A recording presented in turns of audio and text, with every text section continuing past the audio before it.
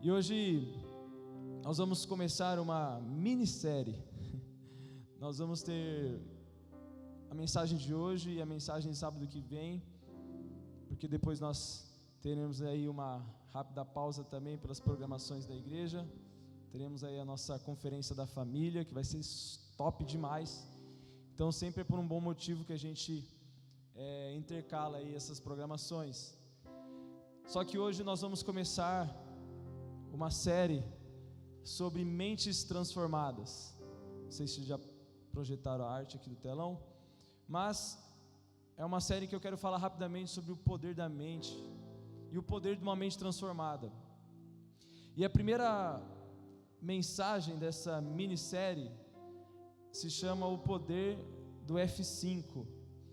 Eu acho que a grande maioria das pessoas que estão aqui conhece esse termo, pelo menos se tem um computador, se tem um MacBook. É que no celular não tem dessa forma o atalho, mas também tem a função. Eu queria fazer uma interação com vocês, só para saber aqui, quem tem celular aqui? Será que você pode pegar só o seu celular e levantar para cima aqui, só para eu identificar quem está com o celular e quem tem? Eu acho que, sei lá, acho que uns 80%, 90% da galera. E se o seu celular for igual ao meu, independentemente do tipo de sistema, eu creio que seja Android, seja iOS, tem um momento que aparece aquela mensagem, né? Nova atualização do sistema, nova versão do sistema, que a gente tem que ficar atualizando. Se vocês têm o celular da Apple, parece que os caras fazem isso todo dia, né? Toda vez que eu abro, tem lá uma atualização nova, 4.5, 4.5.1, 4.5.1.2, 4.6, aí vai. Então, eu acredito que todos passam por esses processos de atualização, os processos de aprimoramento. E eu acredito, porque não fui eu que, infelizmente, inventei esse sistema, senão com certeza estaria com outro padrão de vida. Mas, cara, eu acho que eles fazem isso com uma boa intenção de melhorar o aparelho, ou pelo menos melhorar o software, né? Tanto é que quando eles apresentam para a gente a versão 6.5 do tal dispositivo, do tal sistema, é para que você possa fazer isso, fazer aquilo. Agora seu celular vai poder andar sozinho, agora seu celular vai poder voar, seu celular vai poder fazer isso, vai poder falar com a pessoa, vai poder olhar a mente dela. É quase isso, né? Eles oferecem muitas coisas. E por mais que os exemplos tenham sido grotescos, de fato tem um benefício. Acontece algo bom. Tem gente que reclama porque fala que fica mais pesado, trava, mas eu acredito que no fundo eles querem trazer novos recursos, novas plataformas. Então é algo bom. A atualização ela é algo que eu acho que é até necessário. E essa tecla que nós falamos, o F5, né, essa tecla de atalho nos computadores, nos MacBooks, tablets, é uma tecla que funciona para atualizar. Normalmente a gente usa quando trava uma página. A gente está lá num site, e aí de repente a gente quer ver uma informação, trava e não vai, e você vai lá, aperta o F5, ele recarrega a página e aí vem a informação. Ou às vezes para a galera aí que já prestou concurso, para a galera que às vezes prestou vestibular e está esperando a lista, sair a lista e fica lá, os caras falam, vai sair meio-dia. Só que eles gostam de testar o seu coração, né? Aí a hora que dá meio-dia, tem 1 milhão de pessoas lá e não sai. Meio-dia 1, 5, meio-dia 10, não saiu a lista. Meio-dia 15, aí começa a dar crise e fica lá que o botão do F5 já está lá, já sumiu já. Você fica lá atualizando, sai lista, sai lista, sai lista, sai lista. E aí de repente, uma hora que você recarrega a página, vem o arquivo lá, vem a informação na nuvem, puf, e aparece. Então normalmente é para uma finalidade positiva. É para receber um novo dispositivo, para receber uma nova função, é para destravar. E olhando para a gente, nós também precisamos, né, usar alguns dispositivos para dar um F5. E eu já queria começar com uma dinâmica com vocês aqui. Cadê a galera que vai me ajudar? Vem rapidão aqui na frente. Vocês vão receber agora 2 folhas em branco, e vocês vão receber uma caneta, certo? E aí eu peço que hora que os meninos distribuírem, vocês comecem a escrever a direção que eu vou passar. Eu não estou vendo aqui se os meninos já pegaram, só precisa ser mais rapidinho, porque senão vai atrapalhar muito. Eu só vou explicar a dinâmica para vocês. Vocês vão ter 2 folhas, vão pegar a primeira, e vocês vão se imaginar, pode já distribuir já para a galera aí as folhinhas. Enquanto vocês recebem, eu vou explicando. Vocês vão pegar uma dessas folhas, e vocês vão se imaginar entrando tipo num consultório, e aí você sabe aquele diálogo que tem com o médico, ele pergunta o que você tem, aí você começa a falar os seus sintomas, mas eu quero que você fale coisas que hoje estão atrapalhando a sua vida, coisas que estão pesando a sua mente, coisas que você não queria ter ou que você não queria viver.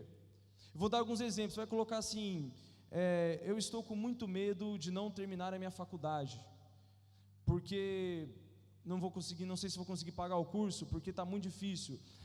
Eu tenho medo de mais uma vez ser abandonada por um amigo, por uma amizade. Eu estou com uma enfermidade que há tanto tempo eu oro e não sou curado. E vai colocando coisas assim que estão travando você, coisas que travam a sua mente. Vai escrevendo, pode já ir escrevendo rapidão, vocês vão fazer isso agora. E aí vocês vão fazendo, sabe, coisas que, cara, não estão legais. E eu quero que vocês escrevam, porque depois nós vamos fazer uma dinâmica e vai fazer muito sentido. Então agora é para escrever, tipo assim, é para ser bem transparente, porque ninguém vai ler isso, tá? Fica tranquilo. Na verdade, a única pessoa que vai ler é a única pessoa que precisa de fato ler, que é Jesus. Mas eu quero que vocês coloquem, vai escrevendo aí, não tem muito limite para vocês escrever, pode fazer até final da listinha. E eu quero que vocês realmente agora exponham aí o seu coração para esse médico. Coisas, não sei se vocês entenderam o que é para fazer. Colocar coisas que vocês querem abandonar, mas tem que ser coisas reais, sabe? Tipo, coisas que ainda estão com você. De repente, cara, um determinado vício que eu ainda não venci, sabe? Um pecado que todas as vezes, cara, não tem dificuldade de sair. Eu vou escrever o nome dele aqui, dá um nome para ele. Escreva, seja bem direto, bem reto, bem claro. Não tenha vergonha, ninguém vai olhar para o lado. Está bem escura a nave, então ninguém vai ficar te espiando. Tem alguém aqui que ainda não recebeu a folhinha? Só para os meninos verem? Levanta a mão se alguém não recebeu. Vocês vão preenchendo, escrevendo. Depois que vocês escreverem todas essas coisas, e aí o quanto que vocês quiserem escrever, aí vocês guardam a canetinha, e depois vocês guardam a folhinha, tá? E guarda a outra folhinha que vocês receberam também. Vocês vão usar ela depois. E aí eu só peço para vocês, depois que nós terminarmos toda a dinâmica, vocês devolverem as canetas para os meninos do apoio ali, tá? Essas canetas nós vamos deixar aqui para que a gente possa usar em outras dinâmicas. Então, se você não é um visitante, você não vai receber esse brinde. Tá bom? Mas escreve aí, gente. Enquanto vocês finalizam, eu quero continuar falando um pouco sobre a necessidade de nós darmos um F5. Nós precisamos renovar os nossos pensamentos constantemente. Na nossa vida, essa atualização é a atualização da mente. Então, nós precisamos buscar a cada dia instrumentos e mecanismos para fazer essa atualização. E aí talvez você me pergunte, tá, Vitão, por que é importante eu fazer isso? Por que é importante a gente dar F5 todos os dias, ou talvez na grande parte dos nossos dias da semana? Por que é importante nós renovarmos a mente? Porque, como eu falei para vocês, a nossa série é Mentes Transformadas, e hoje nós vamos falar de uma ferramenta, o poder do F5.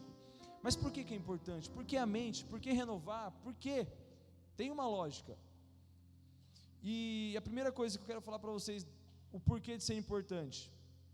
Porque a mente humana é algo poderoso demais.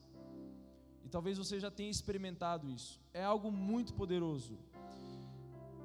Eu estava lendo que uma vez lá nos Estados Unidos, eles fizeram uma pesquisa, um grupo de cientistas, e eles pegaram 20 crianças bem novinhas, de 4, 5 anos, nessa faixa etária mesmo. E aí eles separaram essas 20 em 2 grupos de 10.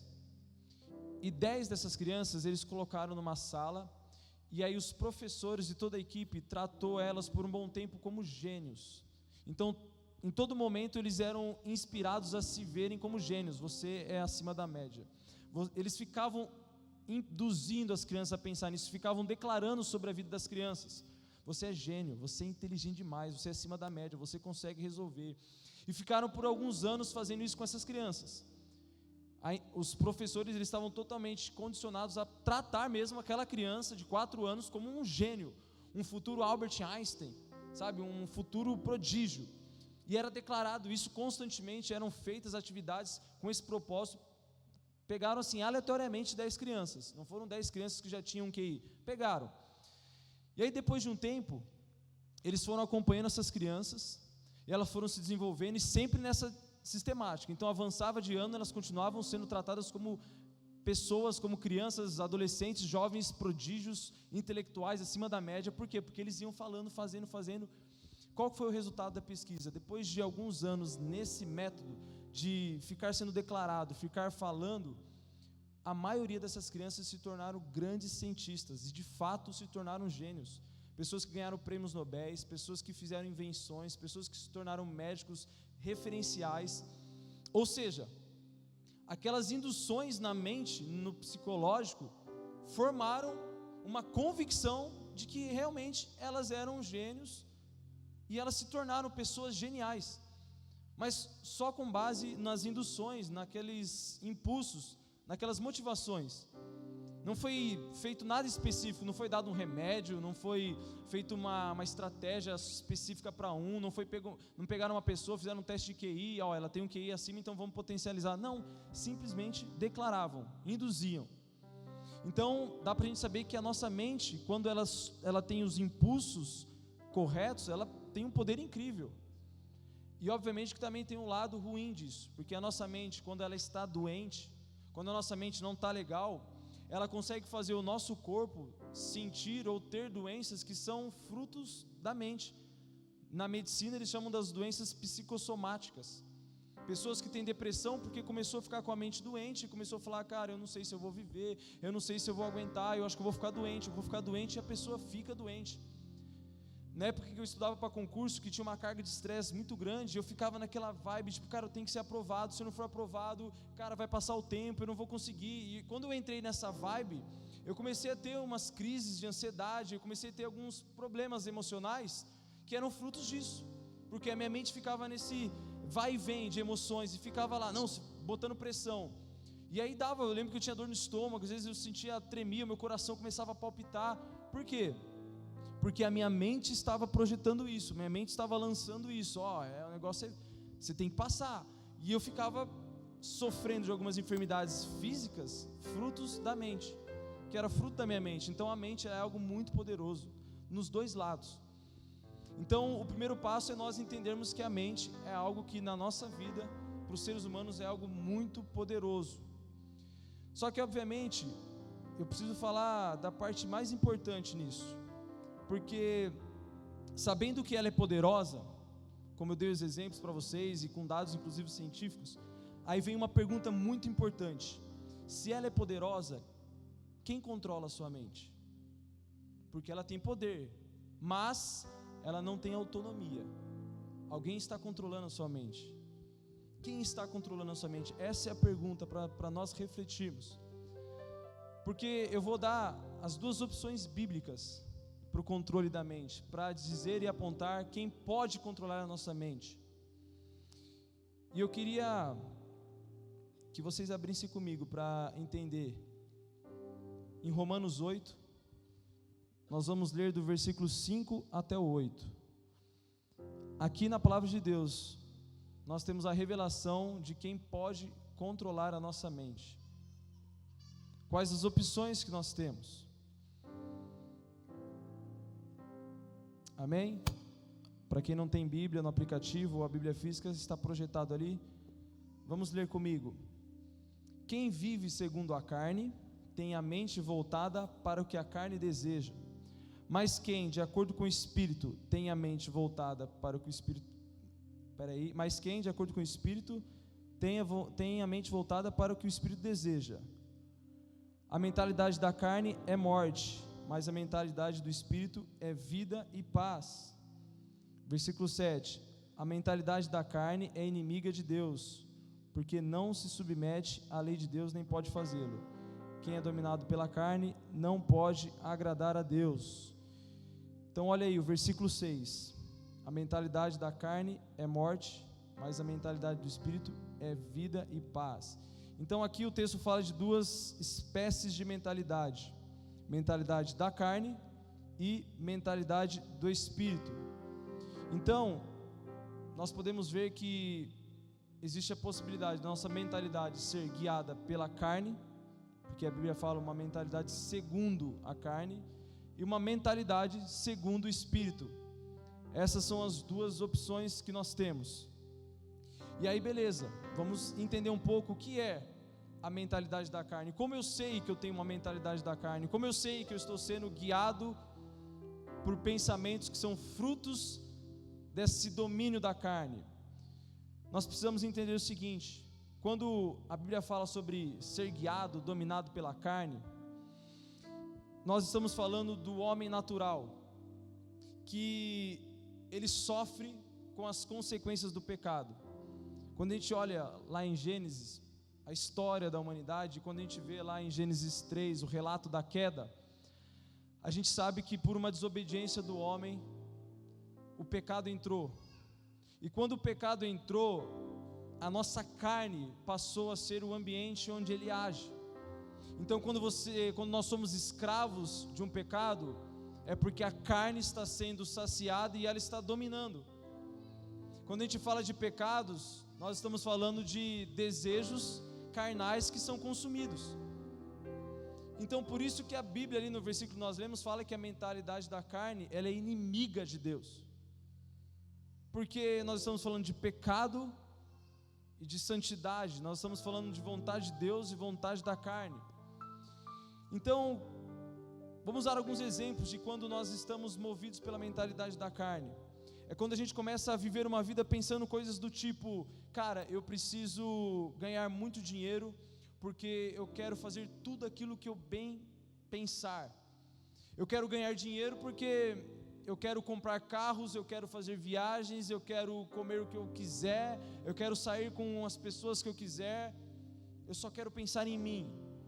A mentalidade da carne é quando você olha para uma pessoa e você não se importa com as emoções, mas simplesmente com o seu desejo. Ah, eu quero sair com essa pessoa porque ela me atraiu, teve uma atração, ela é bonita, eu gostei do cheiro, eu gostei do corpo, então eu quero sair.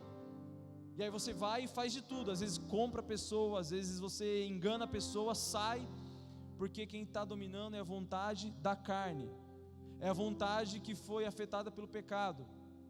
E assim nós temos vários outros exemplos. Por exemplo, também quando a gente sofre alguma ofensa, a gente sofre alguma agressão verbal, e a gente não consegue perdoar, e aí a gente fica com aquele pensamento na mente: cara, essa pessoa fez isso para mim, então eu não quero saber dela, eu mato ela na minha mente, eu não quero mais saber dela, eu não quero falar com ela, eu não posso olhar para ela, eu não vou perdoar, e eu quero que ela se lasque. Começa a gerar mágoa, ira, ódio. Por quê? Porque a carne está dominando os impulsos, ela está conduzindo. Então sua mente está dominada pela carne, coisas que estão totalmente opostas ao Espírito.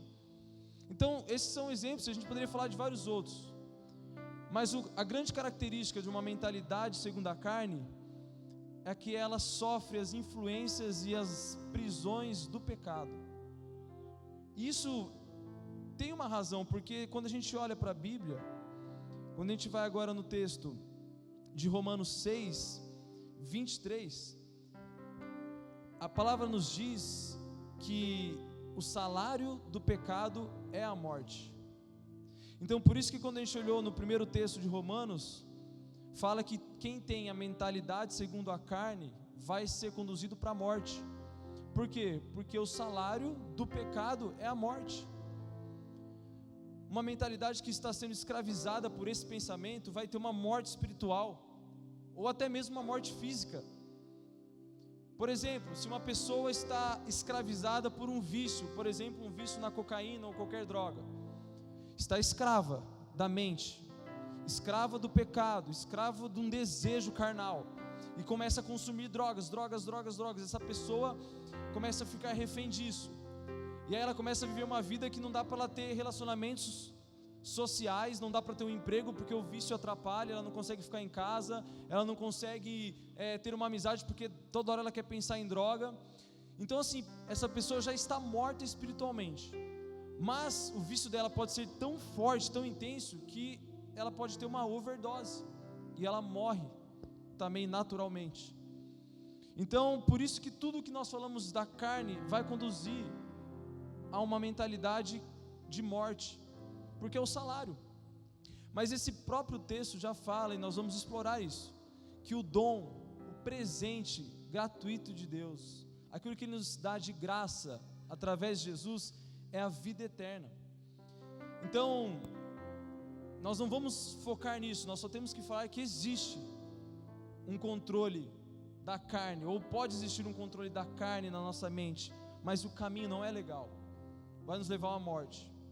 Mas existe um caminho muito melhor, e essa é a grande e maravilhosa notícia, porque nós falamos no começo, tem duas formas da gente pensar, tem duas formas da nossa mente se comportar, tem duas formas da nossa mente ser conduzida, tem dois controladores da nossa mente, porque uma coisa é ela ter poder, uma coisa é ela ter autonomia, ela não tem, mas a grande notícia é que nós temos a possibilidade, a surreal possibilidade de ter uma mente controlada pelo Espírito Santo de Deus, ter uma mente controlada pelo próprio Deus, Criador do universo, uma mente controlada por aquele que sabe de todas as coisas, por aquele que te chama pelo nome, por aquele que quando você estava no ventre da sua mãe, Ele já sabia todos os dias da sua vida, pela mentalidade daquele que olha para você e te chama de filho e fala: eu tenho planos de paz para você, eu tenho planos de um futuro brilhante para você,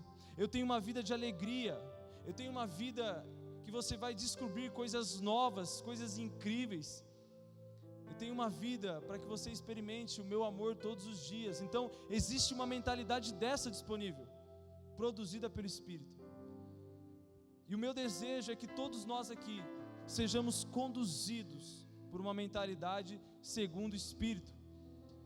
E é por isso que nós estamos falando de ferramentas como atualizar a mente, porque quando a gente vai atualizando a nossa mente com princípios da palavra, nós vamos tomando posse cada vez mais da mentalidade do Espírito.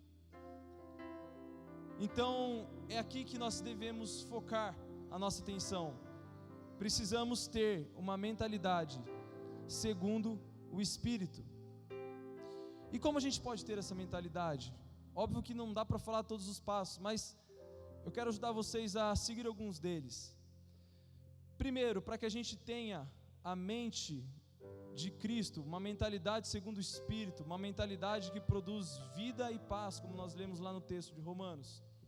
Primeiro passo, você precisa abrir o seu coração para que o Espírito Santo faça morada. Primeiro passo é ser habitado por Ele. Primeiro passo é andar com Ele. Isso é simples para quem ainda não fez, para quem ainda não tem essa certeza.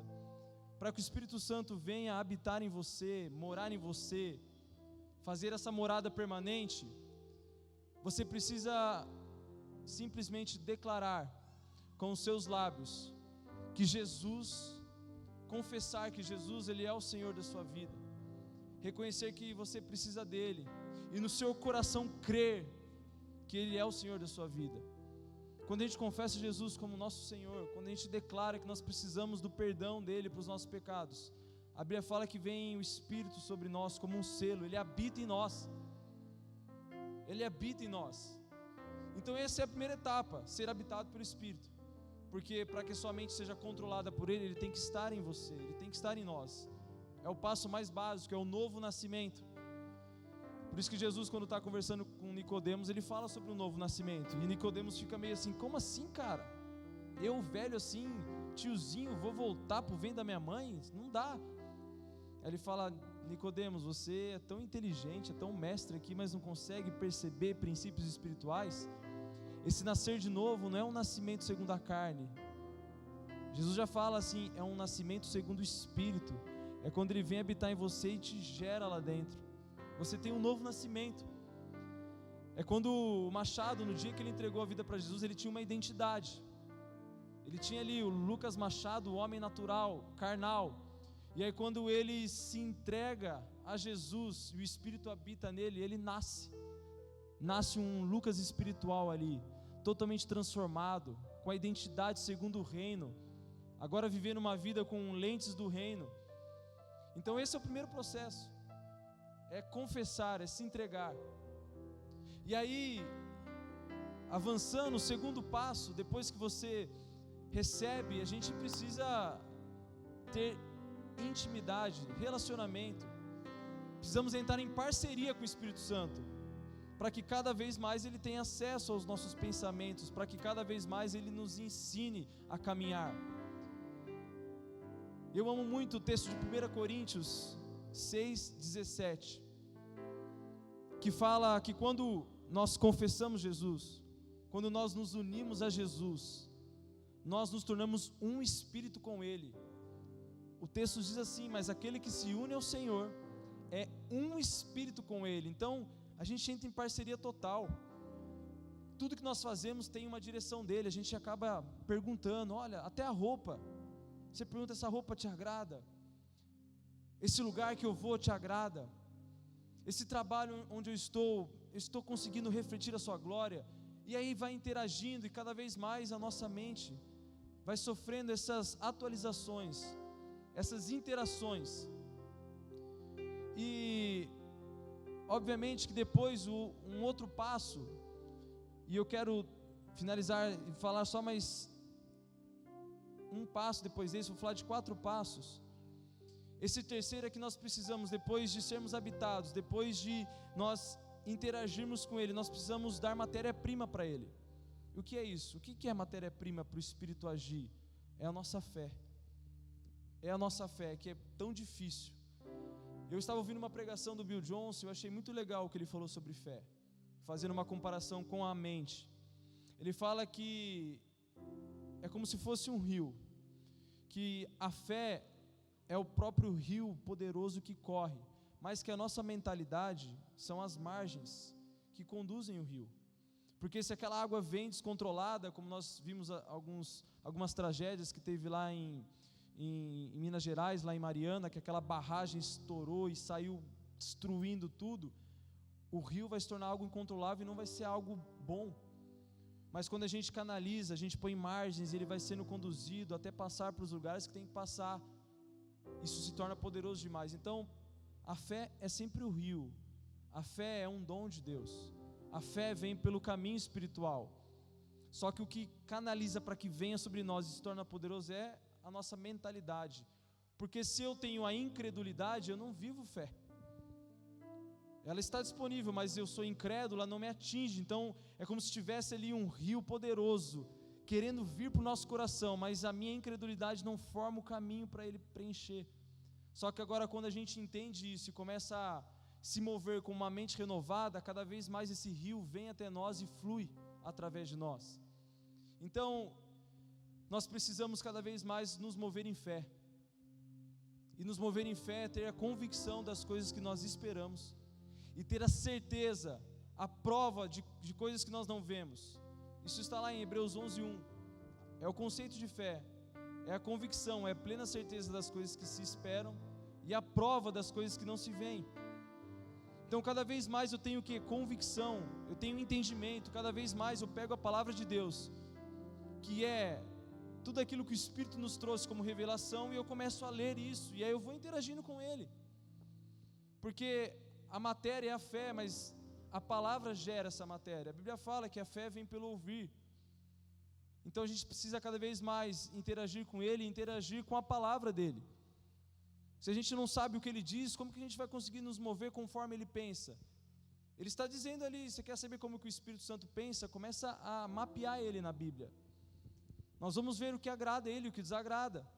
Nós vamos ver vários exemplos e testemunhos de homens da Bíblia que desagradaram Ele e tiveram consequências. Homens que agradaram Ele tiveram também frutos. Então nós precisamos ter essa matéria-prima para que Ele faça essa atualização na nossa mente. Precisamos ler a palavra, precisamos viver a palavra. E o último ponto, eu quero falar sobre o poder criativo da palavra falada. Eu gostei muito de uma frase que eu li no livro do Paul ou David Young Cho, que já faleceu. Ele fala assim, que antes que nós possamos mudar as nossas atitudes, nós precisamos primeiro mudar a nossa linguagem. Então, antes de mudar a atitude, nós precisamos mudar a nossa linguagem. A mente, ela é muito induzida pela força das palavras. Isso já foi comprovado. Vários neurocirurgiões, médicos da área aí da neurologia, eles falam que existe uma parte do cérebro que é totalmente impactada por palavras, aquilo que a gente libera. E eles fizeram um estudo muito parecido com o que nós já falamos no começo. Pessoas que falavam assim, cara, acho que eu vou morrer cedo, eu estou sentindo que eu vou morrer cedo, porque meu pai faleceu com 42 anos de infarto, eu acho que eu vou falecer do mesmo jeito, e ficava assim, falando, essas pessoas morriam cedo, porque eles falam que quando isso é liberado, lá no nosso sistema nervoso, eles começam a se movimentar e se preparar para viver isso que você está declarando. É algo muito doido, é muito doido. Então, várias pessoas que declaram coisas negativas, eles, por exemplo, pessoas que falavam assim, eu sou pobre, sempre falta coisa em casa, eu sempre tenho falta das coisas, eu não consigo ganhar dinheiro, eu não consigo comprar carro, eu não consigo comprar um tênis, eu sou pobre. A hora que você fala isso, as suas palavras produzem um impacto no seu cérebro, na sua mente, e aí isso vai fazendo com que todo o seu sistema se prepare para realmente viver o que você está falando. Começa a realmente ser uma verdade, porque você declara, e a Bíblia nos fala isso, quando a gente olha lá em Tiago 3, no capítulo 3, Tiago começa a falar sobre o poder da língua. Tiago fala assim, olha, mesmo sendo um membro tão pequenininho, a língua, ela tem poder para dar vida ou para gerar morte. Ele faz até uma comparação, é como se fosse o nosso corpo, a nossa vida, um navio, que todo mundo se importa com isso e ninguém dá importância para o leme, mas quem controla o navio é o leme. A gente viu lá na história aí do Titanic, aquele navio surreal, que chegaram a declarar que nem Deus afundaria aquele navio, só que por uma falta ali de manobra do leme, eles não viram ali o iceberg antecipadamente, bateu e afundou e morreram muitas pessoas. A língua é a mesma coisa, é uma coisa que às vezes a gente não se atenta, não percebe, só que ela tem poder para mudar tantas coisas para o bem e para o mal. Então nós precisamos entender o poder da palavra. Comece a liberar cada vez mais coisas que tem cara de Deus na sua vida. E aí que entra inclusive o poder das palavras proféticas. Profetiza sobre sua vida. A Bíblia fala que nós, pelo Espírito de Deus, podemos trazer à existência coisas que não existem. Então você olha, por exemplo, para o seu pai. Puxa, meu pai é agressivo, meu pai coração fechado para o Evangelho, cara, eu não sei o que vai acontecer, olha, nossa, meu pai é muito chato, meu pai já começa a mudar, mesmo que ele seja tudo isso, porque nós, quando somos controlados pela mente do Espírito, nós começamos a olhar com o olhar da eternidade. Então eu não olho para o que está acontecendo aqui, eu olho por aquilo que eu creio que pela eternidade vai acontecer. Então eu olho para o meu pai e falo, cara, como meu pai é manso, olha, meu pai é um homem cheio do Espírito Santo, meu pai está com o coração quebrantado. Vai declarando todos os dias, declarando, porque isso gera poder para ele, gera em você e com certeza no mundo espiritual. E é tão poderoso a questão da palavra, porque quando a gente olha em Gênesis, lá no capítulo 1, no versículo 2, fala que no início, a terra era sem forma, vazia, as trevas cobriam a face do abismo, e o Espírito de Deus se movia sobre a face das águas. Então nesse período já tinha a presença de Deus, mas só no versículo 3 a gente vê que quando a palavra é declarada, Quando Deus fala, haja, aí sim começa a ser criadas as coisas. Então, muitas vezes o Espírito mostra coisas na nossa mente, mostra coisas no seu coração, ele se sente, mas a gente não declara. Dá vontade de falar, às vezes, puxa, eu queria declarar que, cara, eu estou vendo o Lucas aqui e queria declarar que na vida dele vai ser resolvida essa situação, cara, vai haver prosperidade na sua vida, e você sente isso, mas você não fala para ele, e aí às vezes não gera. E a gente pode fazer isso para as pessoas e para nós. Isso é dar um F5, isso é entrar em parceria com o Espírito Santo, isso é ter a mentalidade do Espírito. E agora eu queria que vocês pegassem de novo essa folhinha que vocês preencheram já. Essa folha que vocês preencheram, dá mais uma olhada nela rapidinho. Lê ponto por ponto. Vê se de repente faltou alguma coisa aí.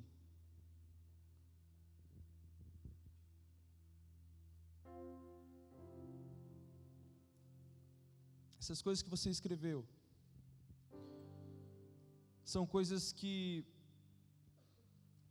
de alguma forma representam fruto de uma mente que ainda não conseguiu ser dominada pelo Espírito. São fruto de coisas que estão atrapalhando você a viver uma plenitude do Espírito na sua vida, ou um controle da sua mente. São coisas que nós estamos vendo com a lente do natural, com a lente do ser humano, que tem as suas fragilidades. São coisas que muitas vezes a gente já falou várias vezes, cara, é impossível, porque tem um diagnóstico médico sobre isso. Ou já tentei várias vezes, não dá. Então é como se fosse um grito de uma mente que ainda está vivendo um aprisionamento pela carne. E agora eu quero que você pegue essa folha, você amasse ela, amasse. E eu quero que vocês arremessem aqui na frente. Só não vai acertar a cabeça da galera do fundo. Joga com força aqui, pode jogar. Joga, se não conseguir, deixa cair. Joga. Joga. Aí, joga. Pode jogar.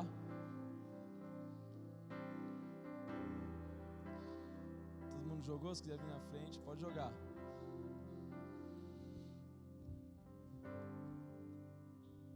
É isso que acontece quando nós começamos a entrar em parceria com a mente de Cristo.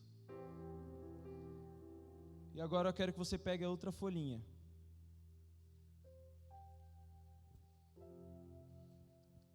E agora, em cada ponto daquilo que você escreveu, você vai começar a escrever,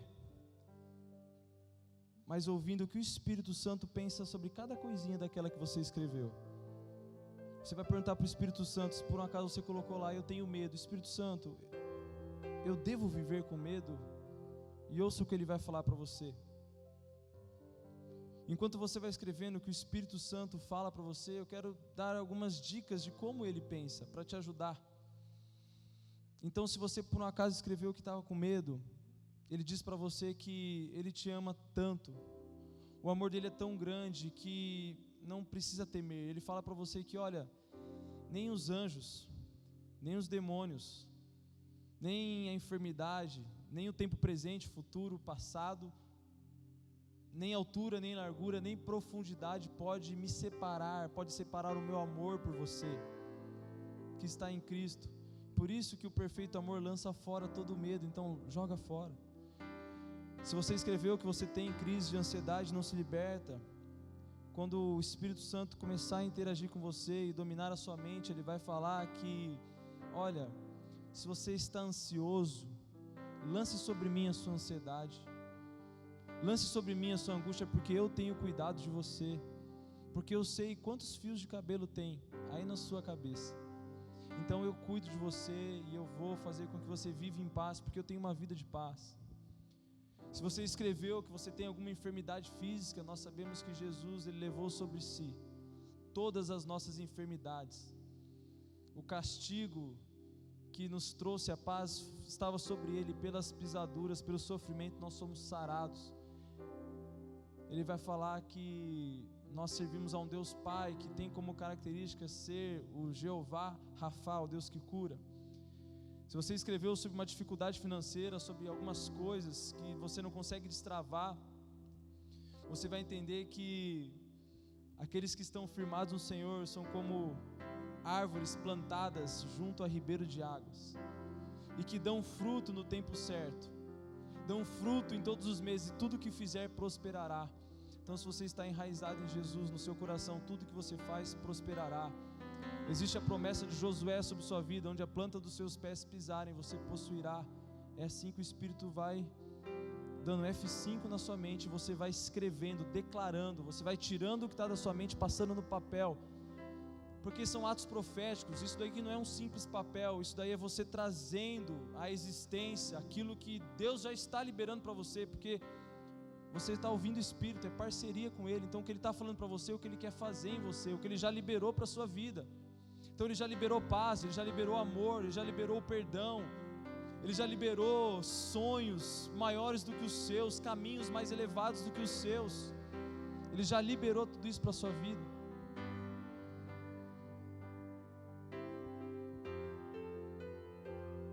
O louvor pode subir aqui.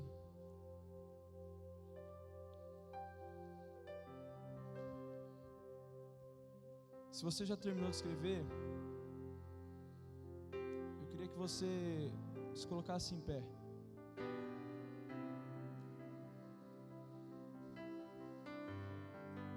Eu queria que você realmente guardasse essa folha.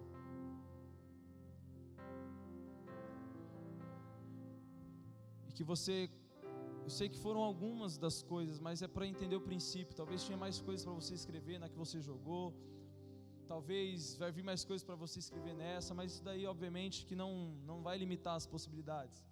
É só para mostrar o poder de uma mente transformada, o poder de uma mente que é dominada pelo Espírito Santo de Deus, uma mente que começa a pensar e começa a se enxergar com as lentes de Cristo. Então essa folha, ela é a folha mais parecida com aquilo que Jesus quer que você viva, o que Ele tem para você, é essa folha. E muitas outras coisas Ele quer fazer. Essa é a imagem que Ele quer construir em você, uma imagem de alguém que foi liberto, foi curado, transformado, cheio, mente de alguém que está avançando, está se desenvolvendo. Eu queria que você segurasse mesmo e apresentasse para Deus essa nova identidade, e começasse a interagir com o Espírito, falando para que Ele começasse a tocar mais e mais aí na sua mente, que você se compromete a ter uma vida dominada pelo Espírito, que a sua mente agora vai começar a viver, a sua boca vai começar a falar aquilo que Ele pensa, aquilo que a palavra diz sobre você. Chega de dar ouvidos para Satanás, chega de dar ouvidos para o acusador, chega de dar ouvidos para os sofismas. Agora é o tempo de dar ouvidos à voz do Espírito. Eu queria que você realmente começasse a tomar posse dessas verdades.